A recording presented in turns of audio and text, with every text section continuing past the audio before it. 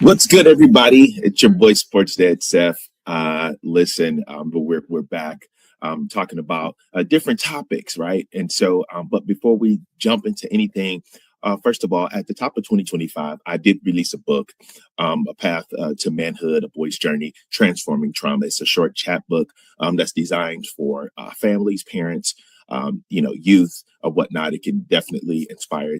It's a book about my life, right? And it's a very easy read. So check it out. Then also too, what we did is we went behind the scenes because I personally, being a coach, noticed that there are a lot of players, at the middle school level, elementary and high school level, boys and girls are showing up to tryouts and they're just not ready, right? Can't make a left hand layup or can't make a layup with the weak hand, can't hit open shots in this day and time. You got to be able to, knock down an open shot, things of that nature. Ball handling is very weak and stuff like that. Just not prepared, right? So what we did is we went behind the scenes and I created an online digital platform that has a library of videos, right? Solely focused on fundamentals, right? All of my children are in it, including my daughter or whatnot, because I'm sharing the tips and tricks that I shared with them over the years that was able to sustain them in highly competitive basketball. I'm talking about AAU and against top-notch players that were ranked throughout the actual country, and they were able to hold their own. So we want to be able to share this information with you. Check it out. We have multiple ways of payment or whatnot, but it's very, very cost-friendly when you really think about it. You're spending, a day with the trainer, right? It's probably anywhere range from like maybe $50, $75 per session, right? And some even higher than that. And so, so what we actually did, I just charged a flat fee of $299, right? And when you really think about that, you're getting a ton, like I said, a ton of information and a ton of access to a ton of videos. Now, you also have the ability to be a monthly subscriber, right? And then you can cancel at any time. So just check out the website, which should actually be flashing or whatnot. And it's very simple. I want you to check that out. Now, listen, let's talk a little bit about today, what we're going to discuss, because the last time I think I posted a video, I was talking a little bit about, talking about recovery or whatnot and how important it is, because what happened is that it was a situation where, they were talking about, athletes tearing their Achilles and stuff like that. And so we took a deeper dive into it. Right. And, but I started talking about recovery and how important it is, to add that to your regimen. And I gave the information about LeBron, and I also advise you guys to check out my YouTube page and my recovery video, because having 4 athletes in a house, right, you deal with a lot of injuries or whatnot. And so you really have to take the time to put effort into becoming knowledgeable with recovery, in which a lot of players, young athletes and parents don't really spend the time on nowadays. In a day like today, we have more access to information. And so, and more access to resources that we should actually use. Not only do you have to be become great at, at the actual skill set of basketball, right? But you have to become great nowadays with acting, but but that's serious, right? But on a more serious note, you have to become knowledgeable with recovery. You have to become skilled with your recovery. So I want to share a particular video that's talking about that. I think LeBron James, he was on the show. Steve Nash and him were actually talking about the essence of the essence of actual American recovery. players have became. Okay, they were talking about the essence of recovery, and it was talking about LeBron James's situation, right? Like, what does he do? What is his regimen like? What does it look like on game days? Things like that, or non-game days, regular practice days, and it's just pretty interesting. So check it out, and let's talk about it. It was usually around like 1:30, 2 o'clock. And by design, or you just don't like eating before? By design. By design. So by design. That little bit of a fasting quality. Yeah, a little bit of fasting quality. Yeah, by design. And are you taking supplements? Yeah. Creatine? No creatine. No, just natural, everyday vitamins, things of that nature. Yeah. It's a little protocol of vitamins. If I have anything after practice, I have like a fruit smoothie. Okay. Because I've burnt so many calories, whatever. I have a fruit smoothie or some overnight oats. Yep. So I get there. And I usually get dressed and go to the weight room. I'm usually in the weight room for about 45 minutes. Every day or different days? Different days. Yeah. Different days. If we have a couple days in between hand, I'll go to the weight room then, and because I like to lift on game day as well. Yep. So I'll go to the weight room and then your lifting schedule isn't predicated on game day practice day. It's on the day. Like, what have I done? I haven't lifted. What have I done? Yeah. Yes. What have I done? Like for this week, so say for instance for this week, today we had a day off. So this morning was predicated on all rehabbing, body work, things of that nature before I got here. So I didn't know strengthening, whatever the case may be. Tomorrow we have a game. I'll go in early and I'll get a lift in before, and then right after I lift, I'll shoot. Early, 3-4 hours, about 5 hours before the game starts. Because it's a back-to-back on Friday, I probably won't lift that day. It'll be more of a recovery work and then a little bit of shooting as well, just to prep me for the game. I have schedules depending on how the games are flowing throughout the season. That's routine with the schedule. And you go in the gym almost every day to do activation, every day, non-negotiable. Yeah, non-negotiable. Sure, same. And then and this is probably a little bit of a summer question, but in the season, do you break it up into like a strength block, a power day? Do you break it up in I do a little bit. Total body type stuff, maintenance. Maintenance, total body. In the summer, do you break it up? No, in the summer I break it up because the difference between obviously you would know you like to break it up in the summer because you don't want to get you don't want to get stale. 3 months of for 3 months you're doing the same. So you definitely break it up on purpose, so you don't get tired of the same routine. Also, they can target in on a specific. Exactly. Today we're working on power. Today we're working on strength. Whatever it may be. Exactly. So for during the season, it's kind of the same. A little bit. It changes, but it's the same routine because it's a cadence. I know my body is going to react well to it. No matter what I'm doing, my body is formed and it knows exactly how it's going to get the most out of it for those games. Right. And the demands, make it almost impossible to get gains anyway. So if you break it up too much, of course you have to touch on these things, but you can do that in a total body workout where you touch on it for maintenance rather than focus in on plyometric stuff, so that's interesting. And then game days, maybe give me the rundown on game, or let me go back to game days. What are your preferred recovery modules? Do you massage, compression, hot and colds, hyperbaric, cryo, use them all? It could be all of those on a day, and I try to maximize as much as I can.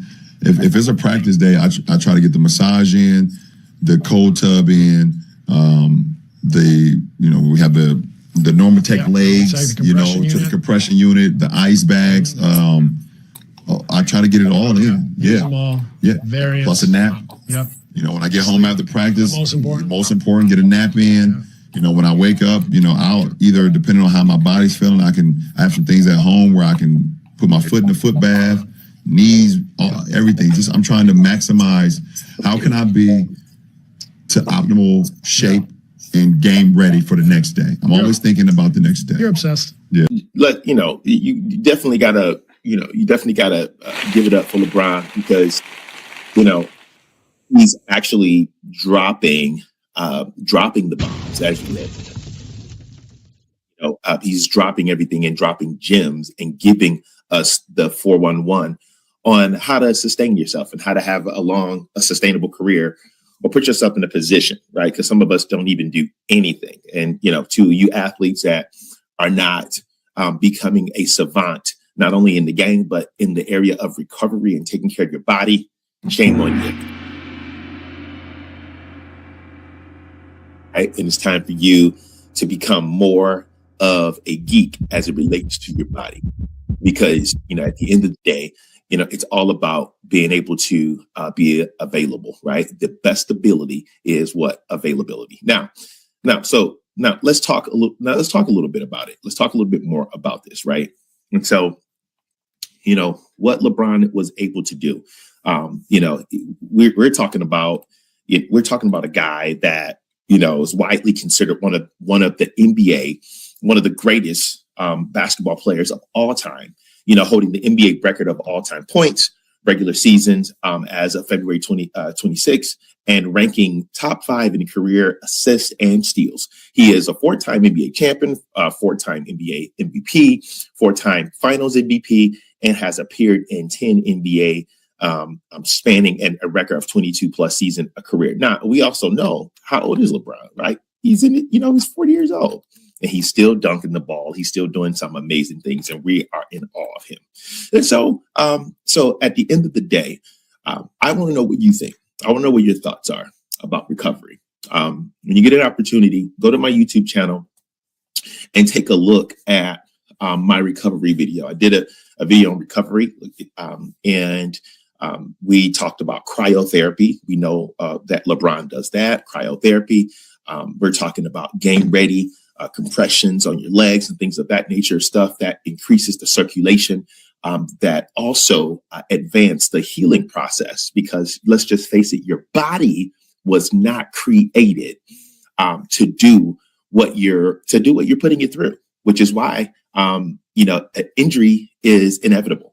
Which is why coaches keep a full roster of players, at least they're supposed to, a full roster of players that are ready to go, right?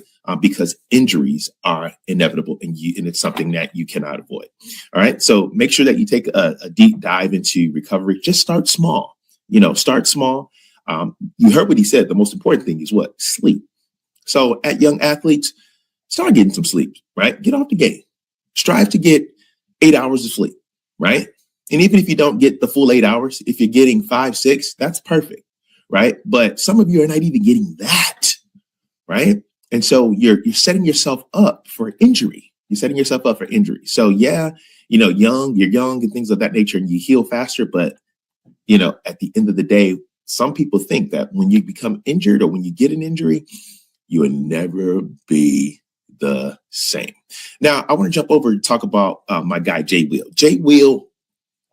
He's been dropping some nuggets. I love Jay Will because he has his own personality. He doesn't care about what people think. He's going to say how he feels.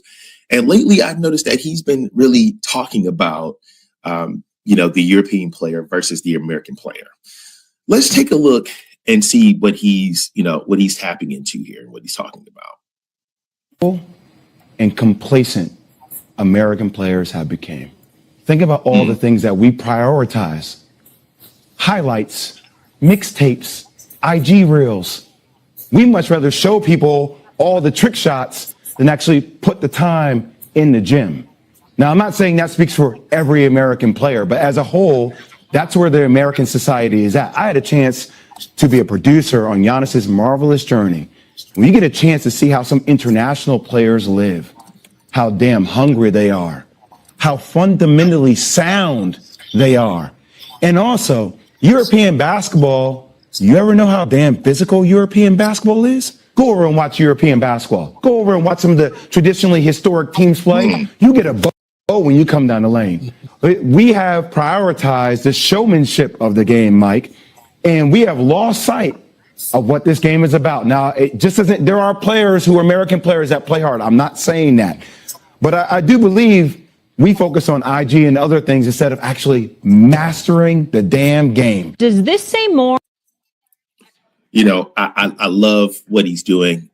Jay Williams right there, then in there, he's exploding with information. Let's drop an explosion.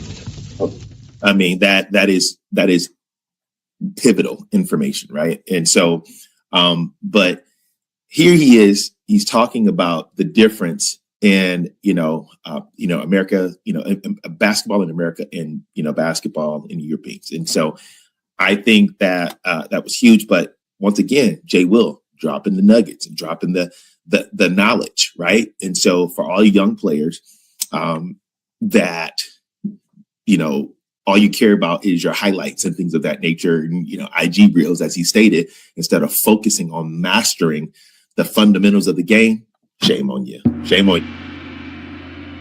Right. But that doesn't mean you can't fix it. That doesn't mean that you can't change your mindset. Now, let's dive into it. Let's become a geek for a second.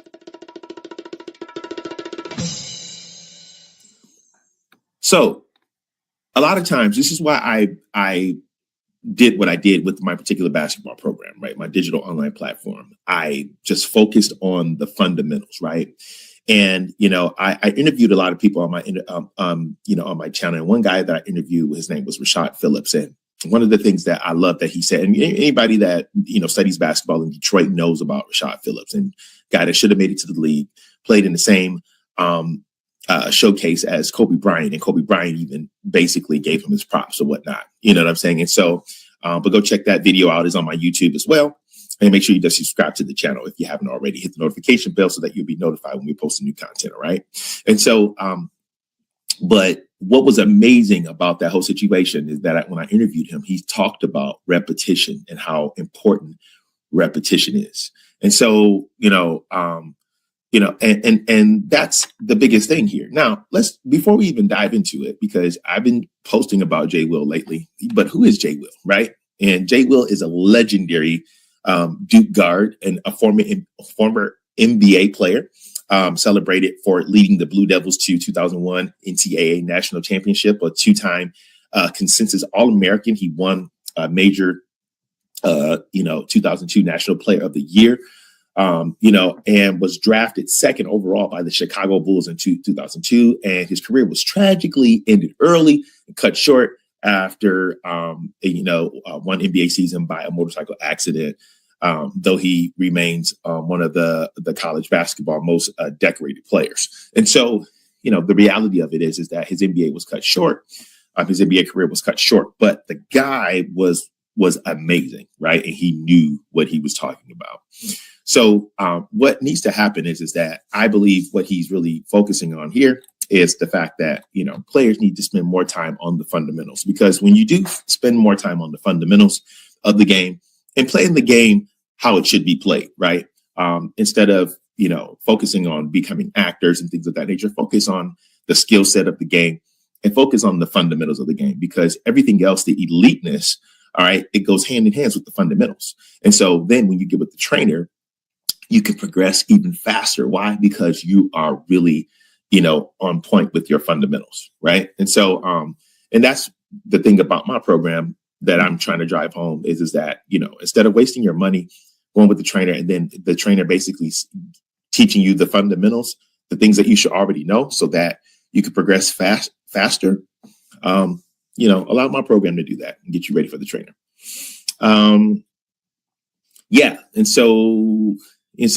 So that's that. And so, but, we need to go away from that mindset of, hey, I need that IG reel. I want that IG, I want that post. I want to post it on Twitter and things of that nature. I want my highlights and blah, blah, blah. But is your fundamentals where they need to be? Now, another video that Jay Will talked about, and I just want, I want to get your comments on this, but Jay Will was talking about, he was talking about Anthony Edwards and how great he is, right? And, what he needs to do and things of that nature. And, as far as like his game, and how if he, start playing closer to the basket, that would just make him even more dominant. I want to know what you guys think about this. putting up those highlights in a side-by-side box, we're going to see something that I think it talks about the next iteration of Ant. In every play that you're going to see, it's him at the top of the key, him trying to dance off the dribble, him trying to take long threes. His game needs to go to the Kobe Bryant stage, the Michael Jordan stage. If Anthony Edwards learns how to play with his back to the basket, Post play, the game will be over for the rest of the league. Love it. Because you can see the double team coming off the left shoulder if you're on the right side. You can see it coming off the right shoulder. You can hit pinpoint passes for threes. It actually sets up your teammates a ton better. And by the way, it increases your probability of getting to the free throw line. You rest on offense. You don't exert that much energy on offense, dancing with the ball, trying to get to your spots, trying to bulldoze 2-3 people. The style has been cemented by Kobe, by Michael, by D Wade. People who have done it before. If Ant adds that to his offensive repertoire, it's going to be game over for the league. And so I like what he's doing here. I like what he's basically saying. And let's just face it. I believe that players have gone away from playing closer to the basket. You got guys that are, 7 feet, 6'9", 6'7", or whatnot. But, let's just say the centers, right? You got those guys are playing further away from the basket. And I believe that's why, and when you play further away from the basket, that means that you have to have guard skills, right? And so I believe that is another reason why the injuries are happening, especially with the bigger guys, with the centers, because you're being guards now, and instead of playing closer to the basket, shooting high percentage shots, which used to be taught, right, in which was the actual requirement. Every now and then you would see a big pop out, and shoot a three, but it wasn't common that the five was actually playing out on the wing.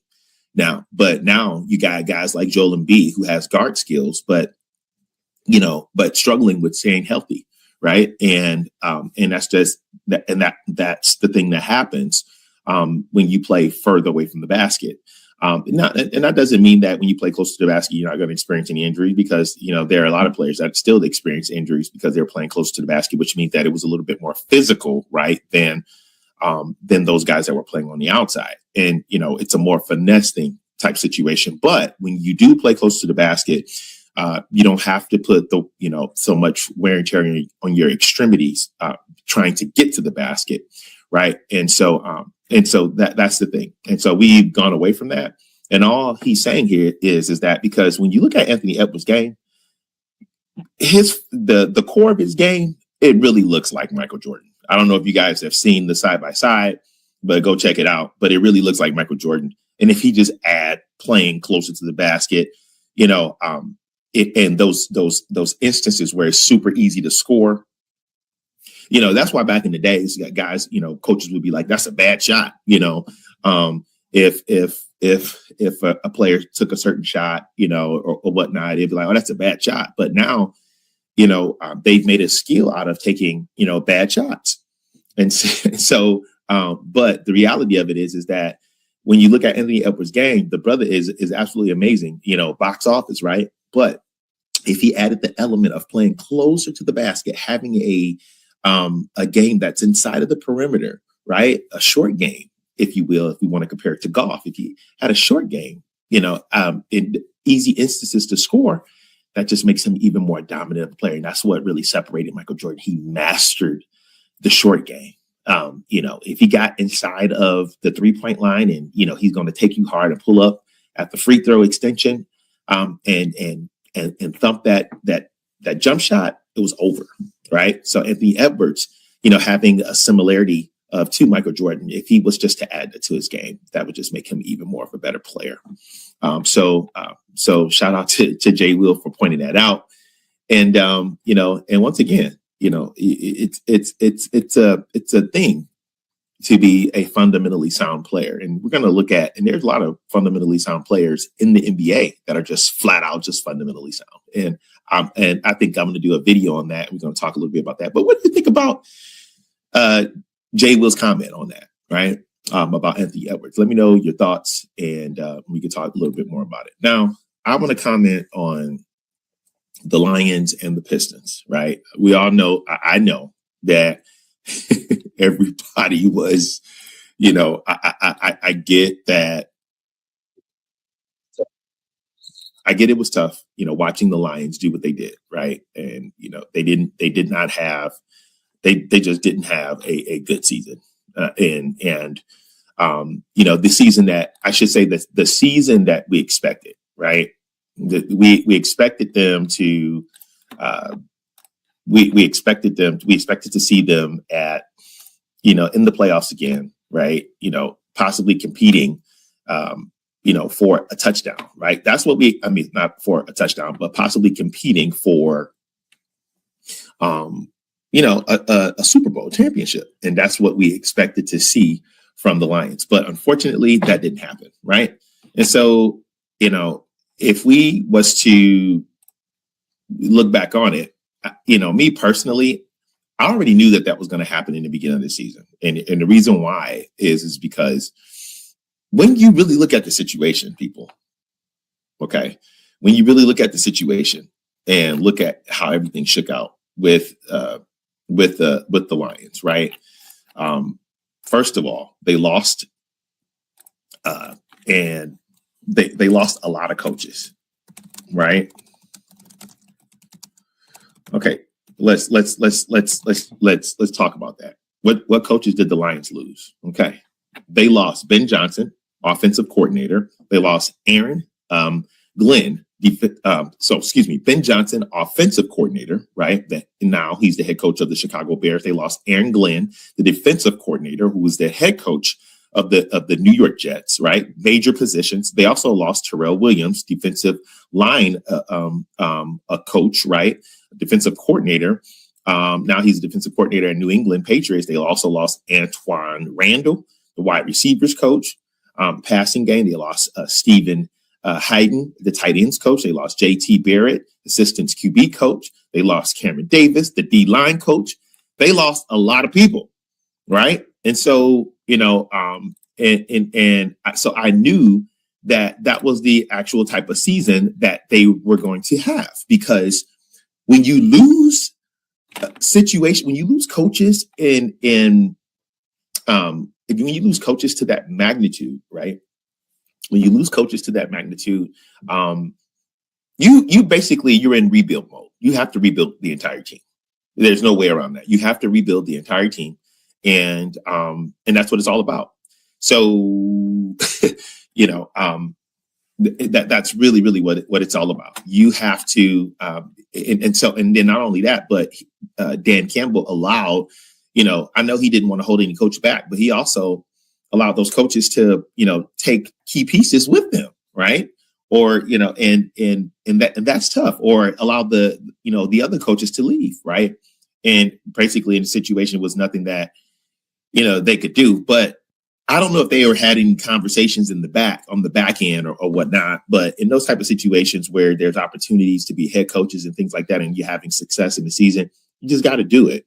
Just got to go. But I don't know if there were conversations on the back end like, hey guys, let's really go after it. Let's get this championship, because this is the last time, possibly the last time that we're going to be together. And Dan Campbell, I don't care if it's professional sports or, collegiate sports, or anytime a new coach takes over, you got to give it, 3 to 5 years before, and give them an opportunity to turn the program around. Losing major pieces like that, that is huge. And so I knew it was going to be that type of season. I knew it was going to be moments of success, but I don't think it was going to go too far because of that reason alone. They lost major pieces. Your offensive coordinator, your defensive coordinator, right? Then those other pieces that you lost, those were huge. So the Lions season, that's what I expected from them. Didn't expect too much. Moments of hope, glimpse of success, but not enough to get over the playoff hump. So let's see what happens. The good thing about it is that Dan Campbell, he's a competitor. We watched him come in and turn that program around, and the general manager, those two working together. I have the absolute faith that they'll be able to pull it out and put something together and get us back where we were. Now, the question is that do you get rid of Goff, and is Goff the guy? My personal opinion is that if you have a offensive line that's doing great, that can, that's allowing the time for him to pass and rip teams apart, that's great. But if you're depending on Goff to extend the play with his legs, that's just not going to happen, right? It's not going to happen. So if the line is not doing it, if we don't have a superb line, I don't think Goff's the guy. And so, so now you're facing a situation where you might have to find another quarterback. So that's just my personal opinion. The Detroit Pistons, I think Detroit Pistons are doing an absolute, a great job, right? The Detroit Pistons, let's pull up some highlights for the Detroit Pistons. Let's see. Let's talk about some highlights.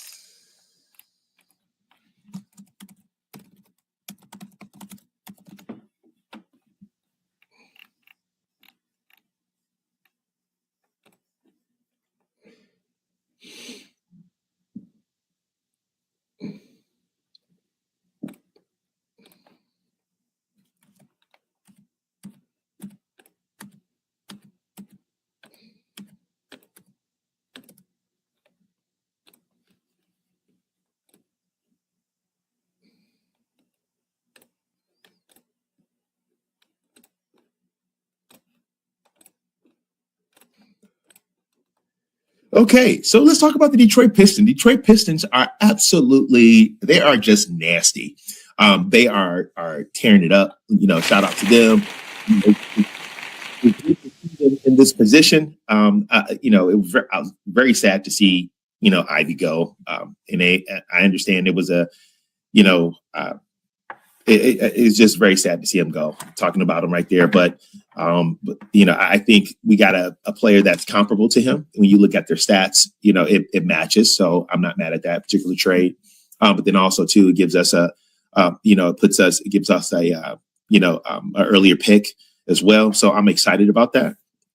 And so I'm excited of the direction that the Pistons are going right now. They're sitting at the top of the East. Something like this, we haven't seen a start like this in 20 years, right? Like I believe it was the 05 and 06 season. But they're off to a great start, and I'm excited about them. And I'm expecting them to carry it out in the East, right? To finish it out, to be the winners coming out of the East. That's what I'm expecting. Their grit is back. The Detroit Bad Boys. My guy Stewart would. He'll knock you out if you ain't playing. If he's not on top. I mean, when he's on top of his game, he's bringing that physical nature to the team that we need. I love it. But here's the key. That's going to cement the Detroit Pistons. It's Cunningham, right? Cade Cunningham. What needs to happen with him is that he has to be a killer at all times. In my personal opinion. I know we can't really compare this team to, when we had Chauncey Billups, Tayshaun Prince, Rip Hamilton, those guys. We can't really, compare this team to that. But what I would say is that I believe, Cade Cunningham, you have a superstar, right? And Cade Cunningham, he reminds me of a Grant Hill. He reminds me of a Grant Hill type guy. Cade Cunningham, I believe he's a reincarnated or an upgraded version of Grant Hill. We know Grant Hill was a killer, and Cade Cunningham, he has to have that killer instinct, and he has to be a killer at all times. He cannot take any nights off, right? Can't be situations where you have 11 points. I understand that sometimes, that will happen, right? Those games have to be few and far between. Even on a bad night, I'm looking for you to finish in the 20s. You have to be very aggressive offensively, and you just have to, because when he's playing like that, the Pistons, their confidence is through the roof, and they're playing extremely great. When he does that. So I believe that if Cade Cunningham, if he keeps that up, and if he continue to work on his continue to work on his killer instinct, I think that the Pistons can go really, really far. I think especially with those dynasties in the West that are coming to an end, this is a great opportunity for him to rise and take the throne. And so, I think he's one of those players that's unstoppable. And but I believe that that killer instinct sometimes it's a situation where a lot of these guys are in my personal opinion, a lot of these guys they're just too nice, right? They're just too nice. And so but if he understands that he's the main attraction and he's the guy, and everybody else is going to play around him and play with him, and that's what I like about it. Okay, so I like the Pistons. They're looking really, really good, and I'm looking forward to them to making some noise. Making some noise in the East, coming out of the East and going deep into the NBA playoffs. So that's the show for today. I wanted to just jump on a little bit and just talk to you a little bit. Hopefully you enjoyed it. Make sure that you subscribe to the channel, hit the notification bell or whatnot. Also, too, once again, check out my platform and let's stay in contact. Until then, stay safe